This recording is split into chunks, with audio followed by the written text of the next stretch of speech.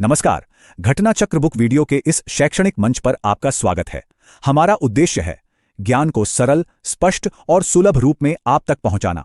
आइए आरंभ करते हैं अध्ययन और सफलता की इस यात्रा को। नमस्ते। कभी सोचा है कि कोई झील या दलदल अचानक अंतर्राष्ट्रीय महत्व की जगह कैसे बन जाती है? भाई, ये कोई लॉटरी तो है नहीं, इसके पीछे है पक्का विज्ञान। तो आज हम रामसर कन्वेंशन के उन 9 खास मानदंडों को समझेंगे जो किसी भी वेटलैंड को आप कह सकते हैं ग्लोबल स्टार बनाते हैं। तो असल में क्या है वो चीज़ जो किसी वेटलैंड को इतना ज़रूरी बना देती है? क्या कोई बस उंगली रखकर कह देता है कि ये वाली? नहीं, बिल्कुल नहीं। इसके पीछे ना एक बहुत ही गहरी साइंटिफिक जांच पड़ताल होती है। तो चलिए एक एक करके इन नियमों की परतें खोलते हैं और देखते हैं कि ये खास पहचान मिलती कैसे है। तो सबसे पहला हिस्सा, अनोखे पारिस्थितिकी तंत्र। मतलब किसी भी वेटलैंड को परखने से पहले हमें उसकी पहचान समझनी होगी। दुनिया के नक्शे पर उसकी अपनी क्या जगह है, क्या बात उसे दूसरों से अलग करती है। यहीं से आप कह सकते हैं पूरी कहानी की शुरुआत होती है। तो पहला क्राइटेरिया बड़ा सीधा साधा है। सोचिए, एक ऐसा वेटलैंड जो अपने पूरे इलाके में अपनी तरह का सबसे बेहतरीन उदाहरण हो, या फिर इतना दुर्लभ हो कि दूर दूर तक वैसा कोई दूसरा ना हो, या फिर वो पूरी दुनिया में ही अनोखा हो, बिल्कुल यूनिक। अगर कोई वेटलैंड इन 3 में से एक भी शर्त पूरी करता है, यानी रिप्रेजेंटेटिव, रेयर या यूनिक, तो वो पहले पड़ाव को पार कर लेता है। अब अगला सेक्शन है जीवन के लिए एक अभयारण्य। देखिए, किसी वेटलैंड की असली कीमत सिर्फ उसकी जमीन या पानी नहीं है, बल्कि वो जीवन है जो उसमें पलता बढ़ता है। अब हम ये देखने वाले हैं कि ये जगहें कैसे अनगिनत जीव जंतुओं के लिए एक महफूज घर, एक सुरक्षित पनाहगाह बन जाती हैं। क्राइटेरिया नंबर 2, ये उन लोगों के लिए है जिन्हें सबसे ज्यादा जरूरत है। मतलब वो प्रजातियां जो खत्म होने की कगार पर हैं, वल्नरेबल, एंडेंजर्ड या क्रिटिकली एंडेंजर्ड। अगर कोई वेटलैंड इन बेचारों को सहारा देता है तो ये एक तरह से प्रकृति का इमरजेंसी रूम बन जाता है, एक ऐसा सेफ हाउस जहां सबसे कमजोरों को पनाह मिलती है। ठीक है, अब क्राइटेरिया नंबर 3, ये थोड़ा जूम आउट करके बड़ी पिक्चर देखता है। यहां बात सिर्फ उन प्रजातियों की नहीं हो रही जो खतरे में हैं, बल्कि उस पूरे इलाके की बायोडाइवर्सिटी की हो रही है। मतलब क्या वो वेटलैंड उस रीजन के पेड़ पौधों और जानवरों के लिए इतना जरूरी है कि उसके बिना वहां का इकोसिस्टम डगमगा जाएगा? अगर हां, तो ये क्राइटेरिया भी पूरा हो गया। अब आते हैं क्राइटेरिया 4 पर। सोचिए, वेटलैंड्स ना प्रकृति के हाईवे पर जरूरी रेस्ट स्टॉप की तरह हैं। जब पक्षी हजारों किलोमीटर का सफर तय करते हैं तो वो यहीं आकर रुकते हैं।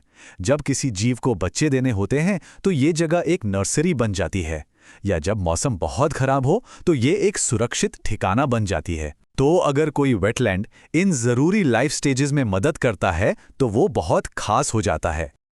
चलिए अब तीसरा हिस्सा देखते हैं, संख्याओं का महत्व।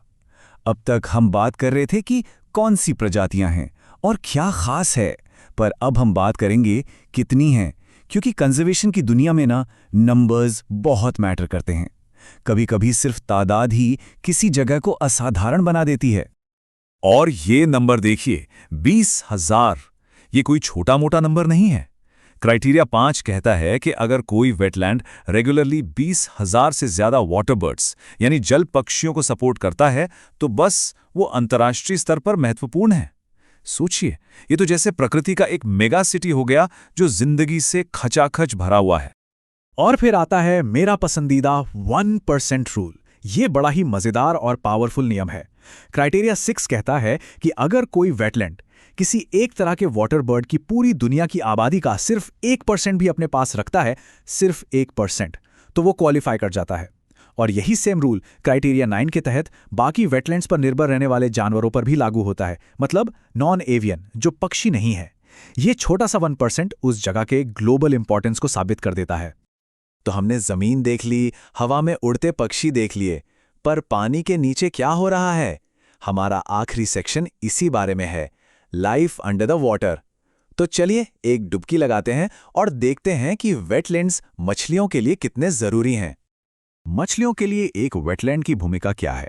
देखिए, क्राइटेरिया 7 और 8 मछलियों पर फोकस करते हैं। एक अच्छा वेटलैंड वो है जहां ढेर सारी अलग अलग तरह की देसी मछलियां रहती हों, वो उनके लिए एक फूड सोर्स का काम करता हो, और सबसे जरूरी, वो मछलियों के लिए बच्चे पैदा करने की जगह यानी स्पॉनिंग ग्राउंड और नर्सरी हो। साथ ही उनके आने जाने यानी माइग्रेशन के लिए एक खुला रास्ता भी हो। मतलब एक मछली की पूरी जिंदगी इन वेटलैंड्स पर ही तो टिकी है। तो अगर हम सब कुछ एक साथ देखें तो किसी भी वेटलैंड की वैल्यू के 4 मेन पिलर हैं।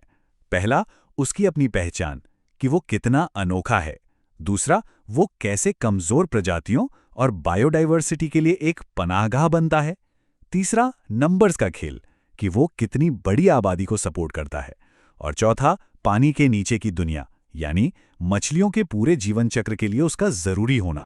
तो अब जब ये ग्लोबल स्टैंडर्ड्स हमारे सामने हैं तो सवाल ये उठता है कि हम अपने आसपास की झीलों, तालाबों और दलदलों को अब किस नज़र से देखेंगे?